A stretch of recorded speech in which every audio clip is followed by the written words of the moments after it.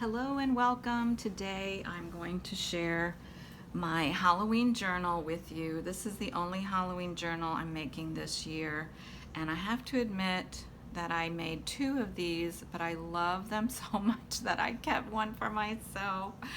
I recently signed up for a class taught by Amity Bloom, and I will link her website down below if anyone's interested in checking it out. Her journals are beautiful, filled with florals and vintage papers, vintage ledgers and things like that. They're just gorgeous, and laces, and I love that style too. But when I was thinking about making my Halloween journals, I thought, oh, I'll just make them in that style and see how it goes. So interesting.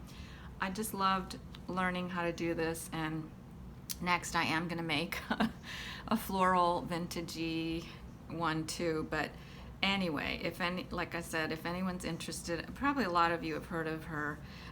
She just makes gorgeous journals, but they're not Halloween in any way, shape, or form. But I just loved the way this turned out. Okay, so I'm gonna go on and on probably and make this way too long, but I tied this super cute little polka dotted sari silk ribbon around it as a closure because I thought it went perfectly with it, and who doesn't love polka dots?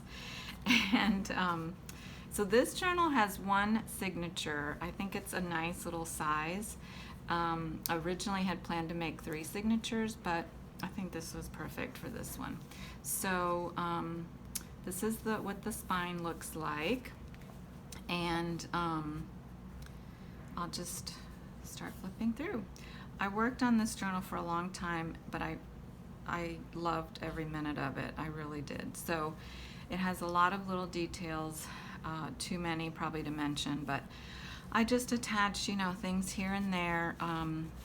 I made this little, sort of like a belly band, and I tucked in a napkin that I got actually at the dollar store. I thought I might use for my journals quite a while ago, and I didn't use it, so I thought, well, I'll just put it in here because it fits perfectly, a tag that I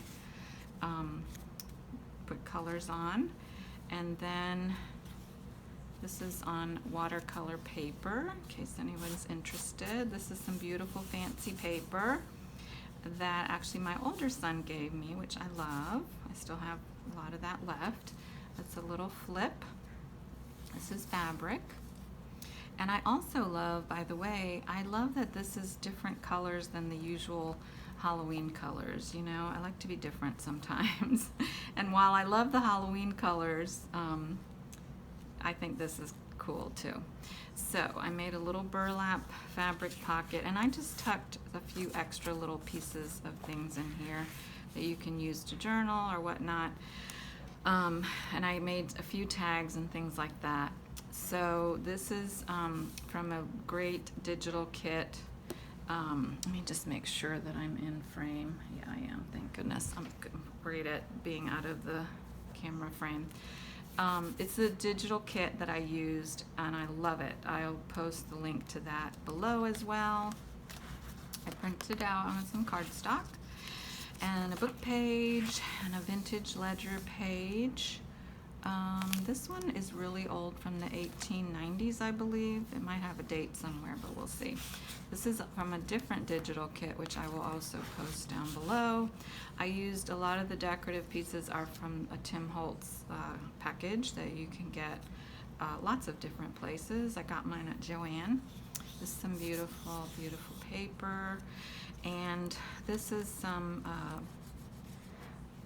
I don't know what this is, but it's something that florists use. It was white originally. I sprayed it black. A friend of mine gave it to me, and I made it into a little pocket here, and of course I had to tuck in a spider into the web. This is from that digital kit, Tim Holtz. All these little papers like that are from Tim Holtz. This is a blueprint on Mylar. Isn't that cool? This is a little envelope that I just decorated a little bit. I found a word from a book, croaked, and I thought that was so appropriate. All I did was tuck a few little extra pieces from the Tim Holtz package that I didn't use in the in the journal. I figured somebody could use that in their decorating. And here's more of that beautiful paper. I love it.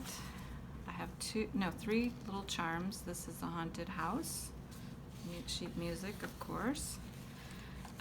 This is more Tim Holtz. This is some of his scrapbook paper.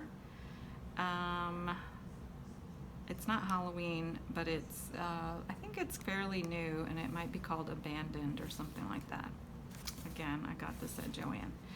I backed it with a gel print. More from that digital kit. Isn't that cool? And another little tuck spot. I threw in an eco print, of course. I usually do that in my journals, but I thought in this one it was perfect. And then just some grocery paper, grocery bag paper that I stamped on. A book page that I tea dyed probably. Sometimes I tea dye, mostly tea dye, sometimes I coffee dye. This is a tea dyed paper, and another ledger sheet, not as old, that I made into a pocket. And I tucked some more of those Tim Holtz pieces in there. And that's the center. It's another little pocket. Here's the second charm, which is a little bat. And I have a lot of strings, a lot. So if you don't like strings, you can cut them all off. More of that book page and the grocery paper, that eco print. Oh, I love that. I tucked another eco print in here because, and a little extra scrapbook paper I had, because it has a lot of pockets, and if I had made more tags, I was running out of ideas, frankly, to make tags and things. And plus, the more I make, to be perfectly honest, I feel like the more I would have to charge. But anyway, so this is another little pocket, and I made it with the Tim Holtz scrapbook paper, some fabric onto my jelly print, and I made this little tag that I tucked in there. Oh, I thought I messed it up for a second. There's the sheet music, the paper. There's an extra little thread that doesn't belong in there. Oh well, I'll get it off later. That blueprint. This is the other side of that beautiful digital kit. This is some grungy paper. I don't think I said it on the other side. That I sprayed and tried to eco print on without the heat, but it didn't work that great. But I still like it. It just, it's a different effect. There's that paper. This is the other side of that ledger, 1898, and this is some extra papers I tucked in. It's one of my eco prints that did work on some construction paper. And more of the book page. This is the kit. That's a spider web, if you can't see it. I don't know if it shows up on the camera. That's the other side of that page. Isn't that cool? I love that spooky haunted house. I made this tag, which I think came out really nice.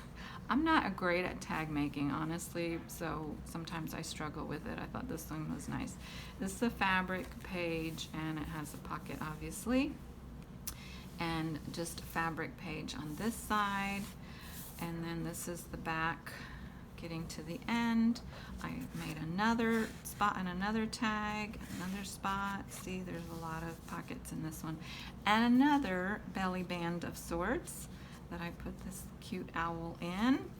And then this is more of that floral supply, whatever it is, and on watercolor paper. And since it looks like a spider web, of course I added a spider charm. And then this is the final page. It has a little flip up, and that's the back of the journal, the haunted house. Isn't that cool? I don't know. I'm very biased on this journal, but like I said, I loved it so much. I bought one for myself. I mean, I saved one for myself. I didn't buy it. Anyway, thanks for watching. I hope you enjoyed this little journal, and I will see you next time.